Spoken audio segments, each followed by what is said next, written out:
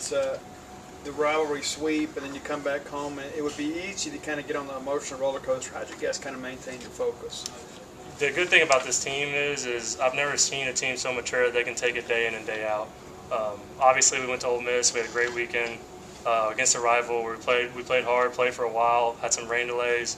But to be able to come back and refocus and know we had they were a challenge. They beat LSU last week. They're a really good team over there. It's a game in front of us. No matter what it is, no matter who it is, that's our focus. So we're going to move on to South Carolina now this Thursday, and we'll go from there.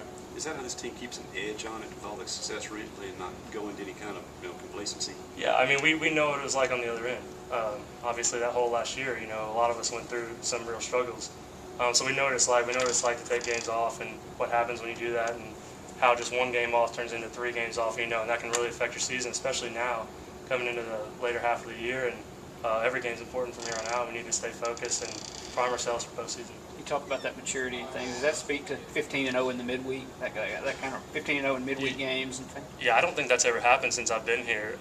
Midweeks, like you said, come off an emotional high of the SEC and really grinding every game, every pitch in the SEC. And to come through a midweek, it takes a lot of focus. It takes you to come in and ready to play, because if you're not, that team would beat us really bad tonight. I mean, any team we played in midweek can beat us really bad. I think 2 years ago, we got beat pretty bad against Valley before our SEC play. So it just takes a lot of focus. It takes you understanding how much those games mean and how much they mean for you getting better as a player and as a team, and just goes through stuff like that.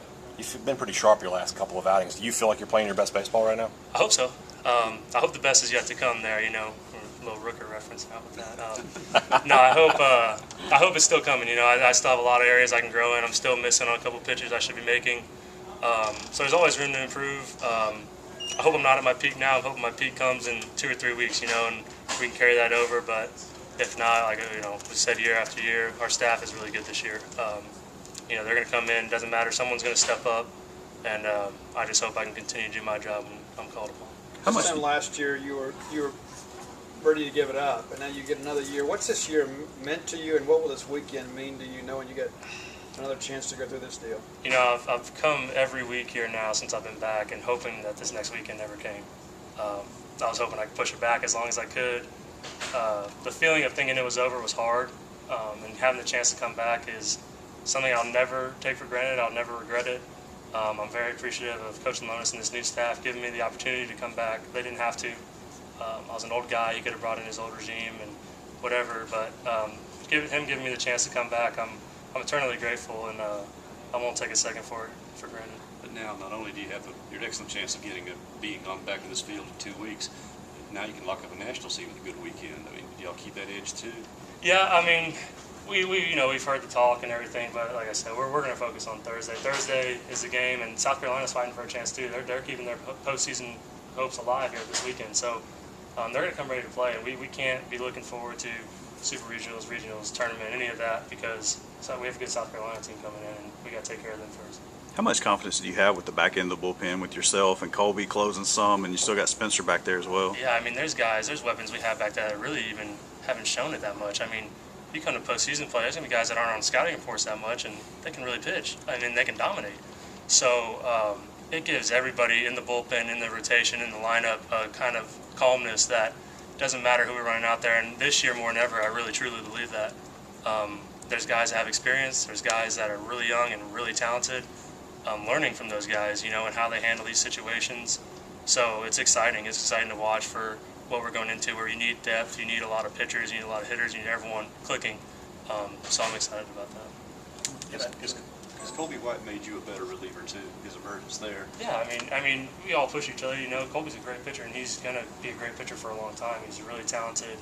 Got a ton of confidence in him, and you can see throughout his season he's still progressing. He has dominant stuff, and it just keeps getting better. So I learn from him. I learn from everybody, and hopefully we just keep challenging each other to become better pitchers.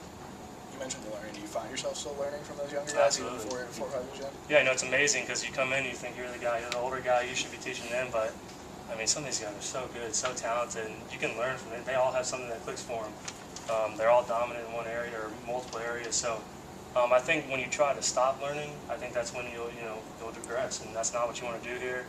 And just, I'm very grateful to have those young guys that have such talented people come in year after year, that have their own things that work for them, and just being able to kind of mold those into your own strategies and your own plans. So yeah, they're a really good young group. Is there any one guy maybe you've taken anything specific from, or is it kind of really? Honestly, there's been everybody. You know, you shoot it with everybody. You bounce ideas off each other, and just learn from them. Like you watch some guy have success in one thing, and you try to learn from that so you can better your game in that way. So I don't think I can name one guy. Obviously, we have a lot of talented freshmen, which is exciting for the future moving forward here. But no, I don't think I can